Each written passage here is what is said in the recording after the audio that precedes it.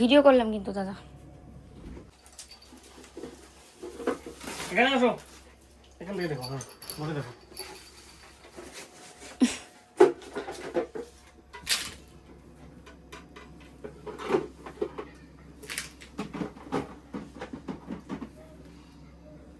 এদিকে দেখে নেন একটু। ঘোরালে বরফ পড়বে। ঠিক আছে, এটা দেখে নেন। ও এটা হচ্ছে ফ্রিজার, নিচেরটা হচ্ছে রেফ্রিজারেটর। হ্যাঁ, যদি উপরে এইটাকে এদিকে দেন তাহলে এটা বেশি মানে মিনিমাম কুল হবে, ঠিক আছে। নিচেরটা হয়ে যাবে ম্যাক্সিমাম, নিচেরটা ম্যাক্সিমাম দেখাচ্ছে। হ্যাঁ, আবার এদিকে করলে এইটা ম্যাক্সিমাম থাকবে, নিচেরটা মিনিমাম থাকবে, ঠিক আছে। সবসময় অপটিমালেই রাখবে, তাহলে দুটোই সমসমান ঠান্ডা দেবে। ঠিক আছে, এটা দিয়ে না বক্স ভর্তি হয়ে গেল। চাইলে আপনি বের করে রাখতে পারেন। দরজার মধ্যে বেশি ভারী জিনিস রাখবেন না, ঠিক আছে। ছোট ছোট বোতল রাখবেন, আর বড় বোতল সমস্ত এখানে রাখবেন, এখানে সবজি টুবজি রাখার জন্য, ঠিক আছে। এটা তো আর কোনো ডিফ্রস্ট করার সিস্টেম নেই। না, চাকা লাগানোর ইয়ে কি বসাতে লাগবে নাকি ফ্রিজে? এটা হচ্ছে এটা অপটিমালে আছে, অপটিমালি থাকবে। যদি আপনার মনে হচ্ছে যে কম ঠান্ডা হচ্ছে তাহলে বাড়িয়ে দিতে পারেন, ঠিক আছে। আর ফ্রিজের দুই সাইড গরম হবে। হ্যাঁ, এতে ভয়। তো সকাল সকাল ও বেরিয়ে গেল গ্যাস আনতে। সিলিন্ডার, খালি সিলিন্ডার বাড়ি থেকে নিয়ে গেল টোটো দিয়ে, আর ভরা সিলিন্ডার নিয়ে আসবে। তো বাইক নিয়ে যেতে ওকে আমি না করলাম, কারণ এত বড় একটা ভারী সিলিন্ডার সেটাকে নিয়ে আসা মানে আমার ভয় লাগে খুব। কি আছে মিকি? তো আনতে গেল, টোটো দিয়ে আনতে গেল। আর কালকে যে লাইভ হয়েছিল সেগুলো প্রোডাক্ট ও ডিসপ্যাচ করবে আজকে। আমাকে বলেছিল প্যাকিং করতে, তারপর আমি বললাম আমি রান্না করব না প্যাকিং করব। তার বলে যে ঠিক আছে, আমি এসে 1 ঘন্টা আমার হাতে টাইম থাকলে আমি সব করে ফেলবো। তো ওর জন্য আমি আর প্যাকিংয়ের কাজে গেলাম না। এখন আমি যাচ্ছি হচ্ছে দোকানে, আমাদের পাড়ার দোকানে সোয়াবিন বা ডিম দেখি কোনটা পাই, সেটা নিয়ে আসবো, আজকে রান্না করব। ফ্রিজ তো ইনস্টল করে দিয়ে গেল সকালেই, কিন্তু এখনও পর্যন্ত ফ্রিজে কিছু রাখিনি। জল টল বরফ করার জন্য জল ঢালবো, যে সেটাও করিনি। আর মাছ টাছ তো কিছুই নেই, তো বাজার যে করবে সেই সময়টাই তো পাচ্ছে না। আজকে তো আরও ব্যস্ত থাকবে। মাছ তো এখানে সকালের পরে আর সেরকম ভালো মাছ পাওয়া যায় না, চালানি মাছ পরে বিকেলের দিকে পাওয়া যায়। চালানি যেটা হচ্ছে অনেক দিন বরফে রেখে যেটা বিক্রি করে, বা বাইরের থেকে আসে মনে হয়, না অনেক দিন বরফে রেখে যেটা তো ইলিশ মাছ। বাইরের থেকে যে মাছটা আসে সেটাকে মনে হয় চালানি বলে। যাই হোক, তো চলো দোকানে যাই। আর মিকি দেখো চিল্লাচ্ছে। মা স্নান করে এসছে, পুজো দেবে, আর আমি এদিকে রান্নার জন্য সমস্ত কিছু ব্যবস্থা করছি। ওয়েদারটা কেমন মেঘলা, যখন তখন বৃষ্টি আসবে মনে হয়।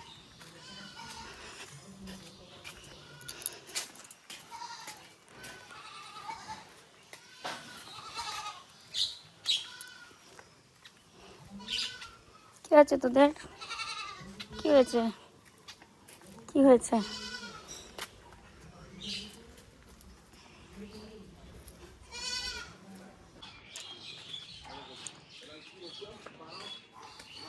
কি কচু বাগান এখানে দেখো।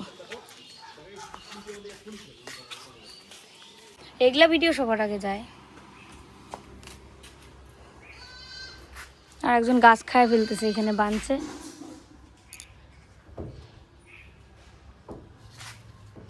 ই মা, কড়ি খায় ফেললো তো ফুলের। ফুলের ফুলের ফুলের কড়ি খায় ফেলতেছে। ফুলের কড়ি খাইলো একটা, যেটা কালকে ফুটতো। কুমড়া গাছটা, হ্যাঁ তো একে ছোট করে বাঁধতে দাও। এখনো শিউলি ফুল ফোটে তোমাদের গাছে? হ্যাঁ, 12 মাসে মনে হয় এটা গাছ। ও, এবার আমার দেখা রক্ত জবা ফুল ফুটে আছে।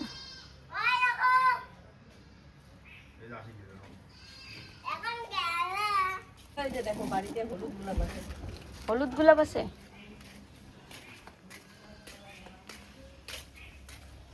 তোমাদের তো বাড়িতে পুরো একটা ছোটখাটো বাগান। ছোটখাটো না, বড় সড়ো বাগান। কতগুলা ফুল।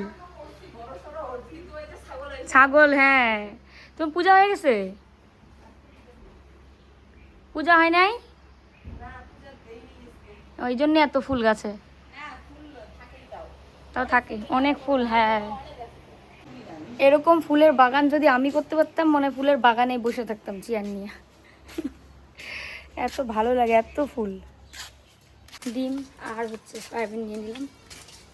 কি রান্না করি সেটা বুঝতে পারছি না, মনে হচ্ছে সয়াবিন রান্না করি আর ডিমের অমলেট করি, দেখা যাক বাড়ি গিয়ে। কই যাও? হ্যাঁ, কি রান্না করব সেটাই বুঝতেছি না।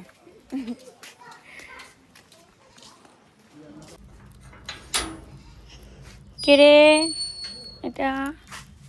এটা কে রে লেজ নাড়ায়? এটা কে রে আমাদের এখানে লেজ নাড়াচ্ছে? হ্যাঁ, এটা ঘুটুন নাকি?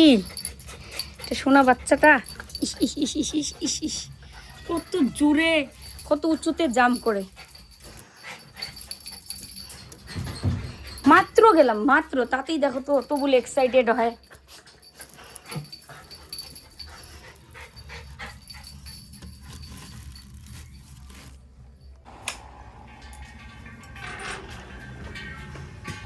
ইস, সেই ভরা সিলিন্ডারটা কেন? তো কবে দেবে তাহলে আবার? কোন অফিসে?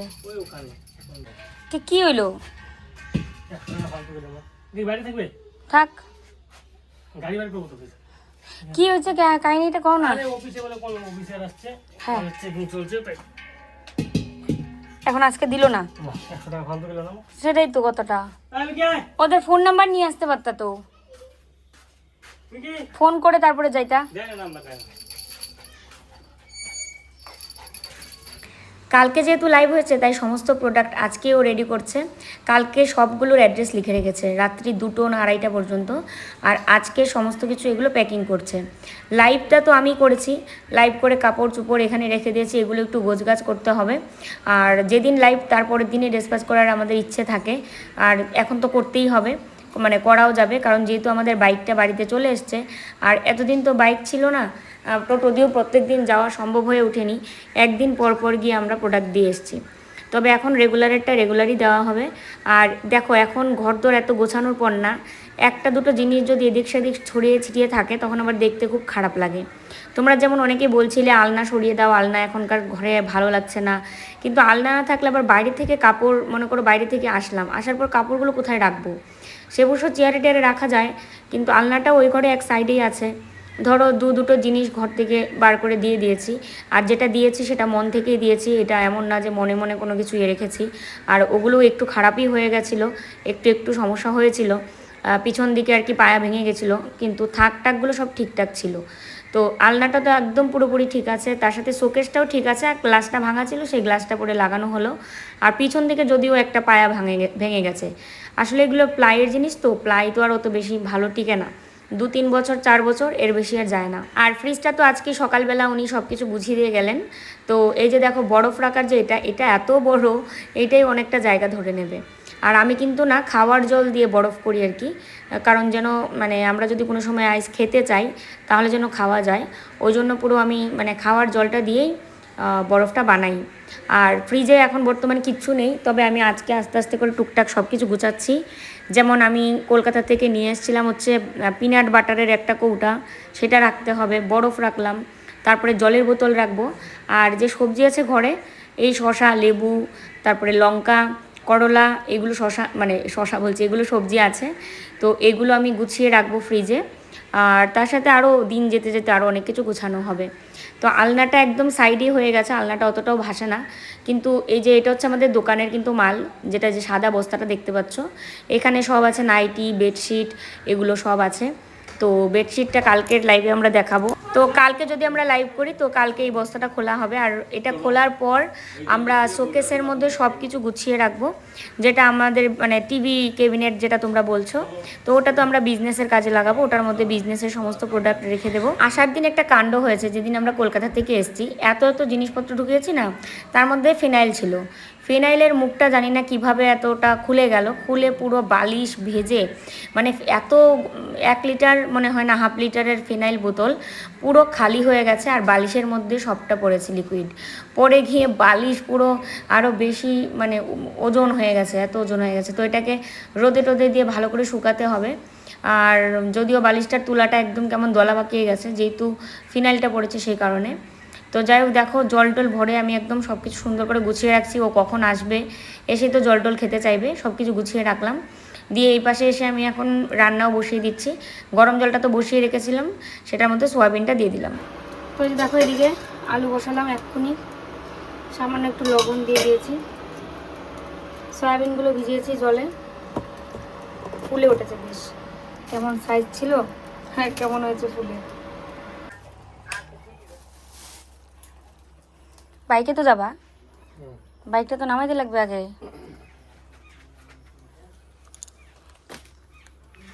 মাথা তার আগে হেলমেট পরে ফেলছে। দেরি করা যাবে না। এদি বাসি এদি কাপড়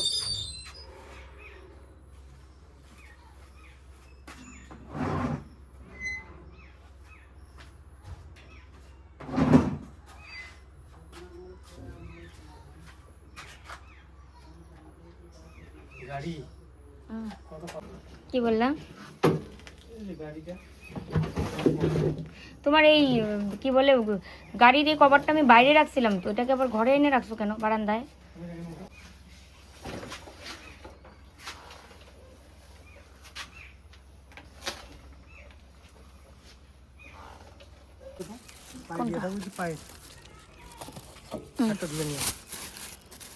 সাবধানে যাও।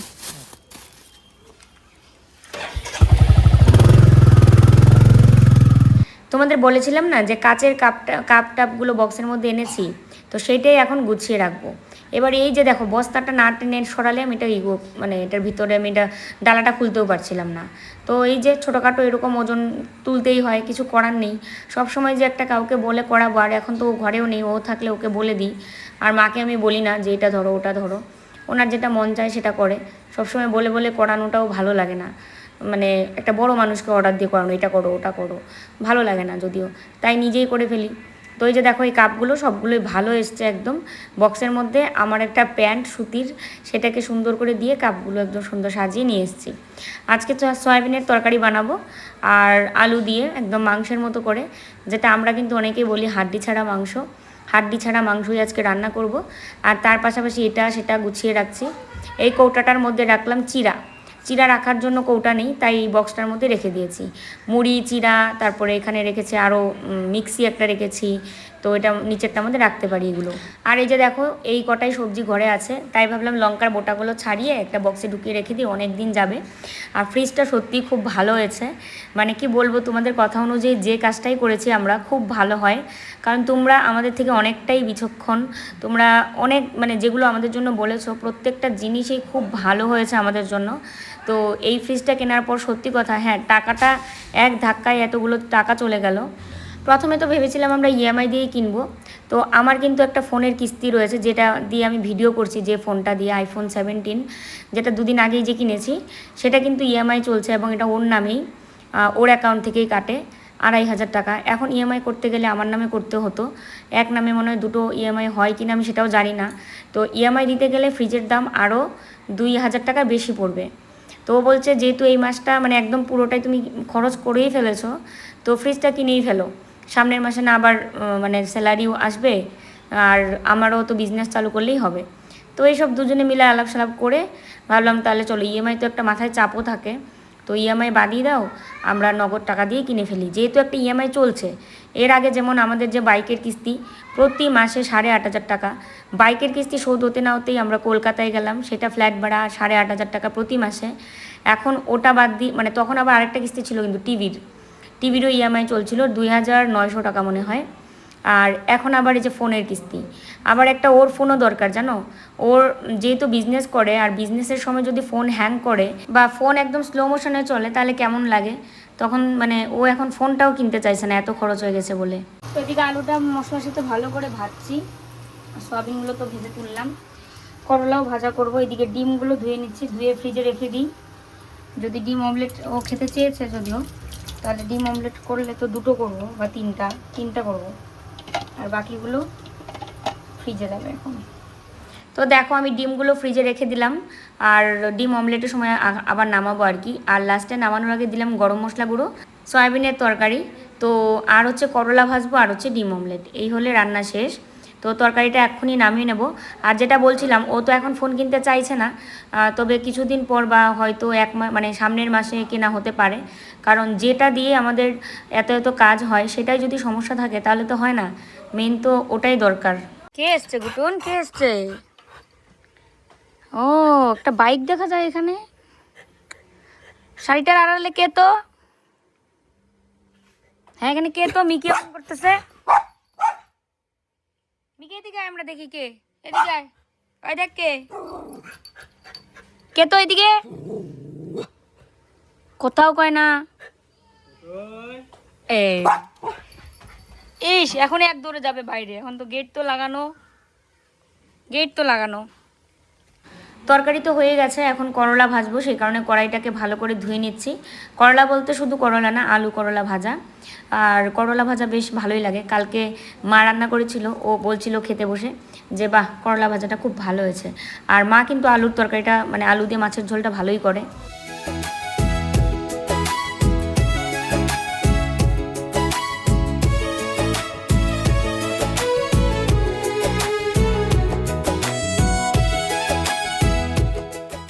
রান্না করতে করতে কত কাজ যে করতে হয়, মানে এক তো হচ্ছে এদিকে ভিডিওর কাজ, ভিডিও করা, আবার এডিট করে ভিডিওটা দিলাম ইউটিউবে ফেসবুকে, তার মধ্যে ও আবার আসলো, ওর আবার কি যেন নাইটি নাইটি বুকের একটা ইয়ে ছিল যা আমি বলেছিলাম যে আছে, দিয়ে তারপরে আবার একটা সাইড করে রাখলাম, নাইটিটা বিক্রি হয়েছে আর কি।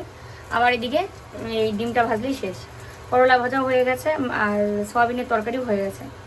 তো যাই হোক, রান্না কাজটা একটা বড় কাজ, আর এটা করতে করতে অনেক অনেক কাজই করতে হয়, নাহলে তো সময় যেতেই থাকে।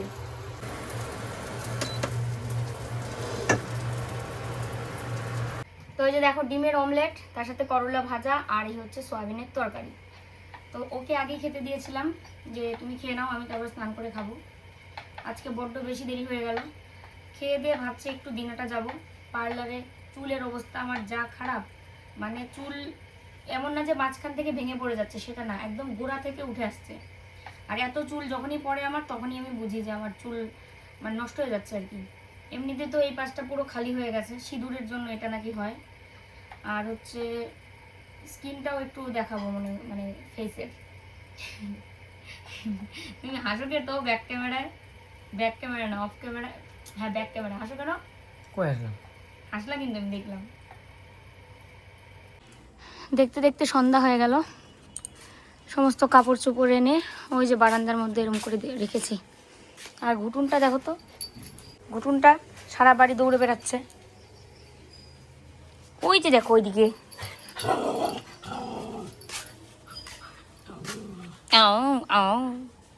এই দেখো সন্ধ্যা মালতিগুলো ফুটে গেছে, সন্ধ্যা হওয়ার আগেই ফুটেছে, বিকেলেতেই, কি সুন্দর লাগে। আর একটা মানে হালকা একটা মিষ্টি গন্ধ আছে এই ফুলগুলোর।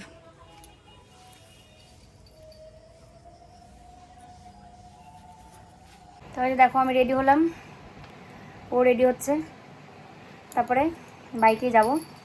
বাইকটা থাকাতে এখন মানে এখানে সন্ধ্যা হলে চাইলেও মন চাইলেও যাওয়া যায়। বায়না বায়না, আমিও যাব এই রুম করে। কি আছে, আমরা এক্ষুনি আসবো, এক্ষুনি আসবো। কত কিছু বোঝেন, এক্ষুনি আসবো শোনা। তুমি আর ঠাম্মি টিভি দেখবা, ঠিক আছে? টিভি চালিয়ে দিয়ে যাব, তোমরা দুজনে টিভি দেখবা। তো চুলের অবস্থা খুব খারাপ, না হলে আমি এখন যেতাম না। চুল পুরো পড়ে পড়ে, আমি কদিন ধরেই খেয়াল করছিলাম, আর ওকে বলেও ছিলাম যে একটু আমার পার্লার যেতেই হবে।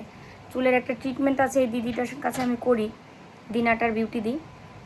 তো এর আগেও আমি দুবার করেছি, অনেক ভালো ফল পেয়েছি। চুল সহজে মানে পড়েও না, চুলটা দেখতেও খুব সুন্দর হয়েছিল, লম্বাও হয়েছিল।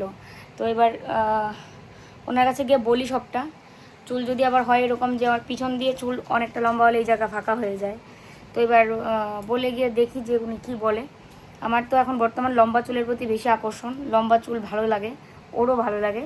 তো এবার দেখা যাক দিদি কি বলে। চোখ মুখ কোনোভাবেই আর ঠিক হচ্ছে না, মানে রেস্টেই তো নিতে পারছি না, যে একটু ঘুমাবো দিনের বেলায় 2 ঘন্টা বা 1 ঘন্টা, সেটাও হয় না। চোখ মুখ কী করে ঠিক হবে বলো? শানু টিভিটা ধরে দাও, মা দেখবে এখন। ও বলেছে, আমিও বলেছি সেম কথা, ও বলেছে টিভিটা ধরে দিই, তাহলে টিভিটা দেখতে পাবে। সন্ধ্যা হলেই তো দেখা, সারাদিনে কেউই সময় পাই না আমরা টিভি দেখার। তো তুমি থাকো। তো এই যে টিভি ধরে দিয়েছে, চলো বেরোনো যাক। মা টিভি দেখো, আমরা আসতেছি এখনই, আসতেছি এখনই, থাকো। এ সোনা,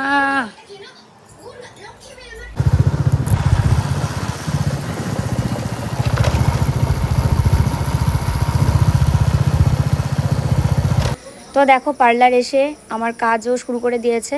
প্রথমে হেয়ার ট্রিটমেন্ট, তারপরে ফেসের স্কিন ট্রিটমেন্ট হবে।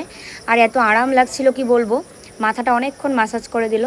আর তার সাথে এটা তো দিতেই হবে, এটা দিল মানে চুল পুরো হিট হয়ে গেছে মাথা।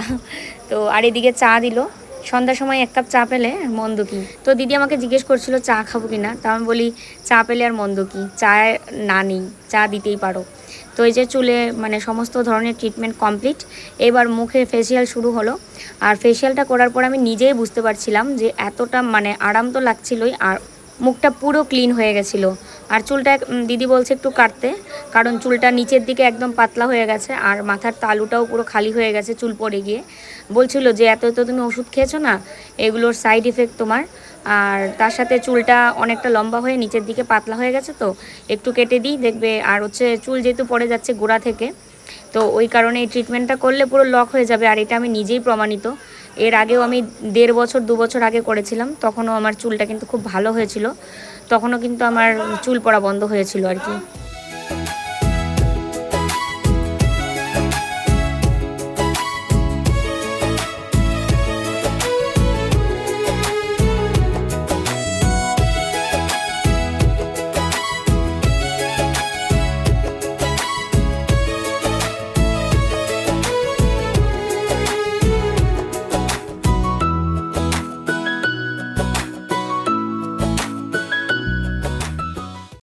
তো আমি এখানে আসলে এই দিদির কাছেই আসি, দিদির দ্বারা আমার চুলের অনেক উপকার হয়েছে।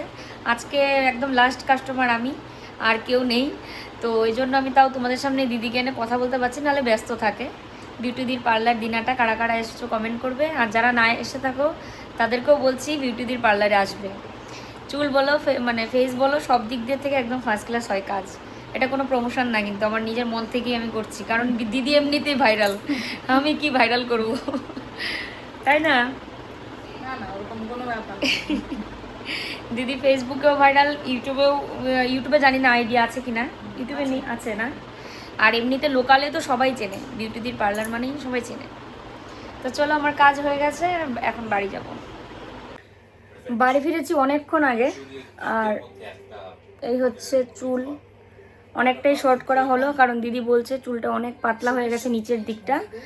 তো আমি তো নিজেই বুঝতে পারছিলাম এই জায়গাটা পুরো খালি হয়ে গেছে, মাথার তালুটা, আর নিচের অংশটাও খালি, মানে পাতলা পাতলা লাগছিল। এটা আমার ওষুধের সাইড ইফেক্ট। এত ওষুধ খেয়েছি গত মাসের আগের মাসে, যে আমার চুলের উপর দিয়ে সবটা গেছে। তো এবার চুলটা কেটে শর্ট করা হলো, এই তো এত দূর আর কি। লেয়ার কাট, আমি কিন্তু লেয়ার কাটটাই দিই বেশিরভাগ। আর দিদি মানে এবারের কথাটা হচ্ছে দিদি বলেছে লেয়ার কাট দিলেই ভাল লাগবে, ঘন লাগবে, চুলটা যেহেতু পাতলা হয়েছে তাই। তো এই আর কি। এখন বাজে হচ্ছে 1টা, স্পেন একটা গোল দিয়েছে, স্পেন আর হচ্ছে বেলজিয়াম খেলা হচ্ছে। তার মধ্যে হাইড্রেশন ব্রেক দিয়েছিল, তা আমি বললাম চলো একটু কোনো কিছু দেখি হইচয়ে। তো হইচয়ে একটা নতুন একটা ওয়েব সিরিজ এসছে ছদ্মবেশী, তো ওটাই আর কি অল্প একটু দেখছিলাম।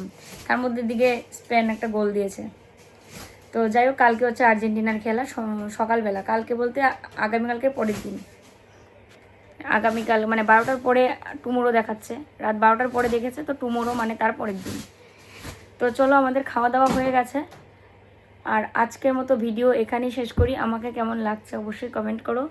চুলটা তো তাও বুঝতে পারছো কিনা তোমরা জানি না, চুলটা কিন্তু হালকা একটু কালারও করা হয়েছে, বার্গেন্ডি কালার, এই যে দেখো, ঠিক আছে। মানে আমার পুজোর লুক আমি আরও 2 মাস আগেই দিয়ে ফেললাম, ঠিক আছে। দুর্গাপুজোর সময় এগুলো মানুষ করে, আমি আগেই করেছি, কারণ আমার চুলের অবস্থা এতটাই খারাপ যে আমি চুলটা ঠিক করতেই গেছিলাম। আর যেহেতু গেছি, তারপর ওই জন্য ভাবলাম যে বার্গেন্ডি কালারটাও করে ফেলি। তোমরাও তো দেখেইছো চুলের অবস্থা কতটা খারাপ, মাথার তালু পুরো পাতলা হয়ে গেছিলো। আর হচ্ছে মুখে করেছিলাম ফেসিয়াল। মানে এতদিন পর নিজের একটু যত্ন নিলাম। তাছাড়া এত কাজবাজ করি, তাও আমি কিন্তু নিজের কোনো যত্নই নিই না। আলাদা করে চুলে কিছু লাগানো, মুখে কিছু লাগানো কিচ্ছু করি না। একদম নিজের যত্ন কোনো কিচ্ছুই করি না, না ভালো কিছু খাওয়া দাওয়া করি, কিচ্ছু না, শুধু সংসার নিয়ে ব্যস্ত। চলো আজকের ভিডিও এখানেই শেষ করি। যে যেখানে আছো ভালো থাকবে, সুস্থ থাকবে। ফিরে আসছি কালকে নতুন আরও একটি ভিডিও নিয়ে। শুভরাত্রি, টাটা।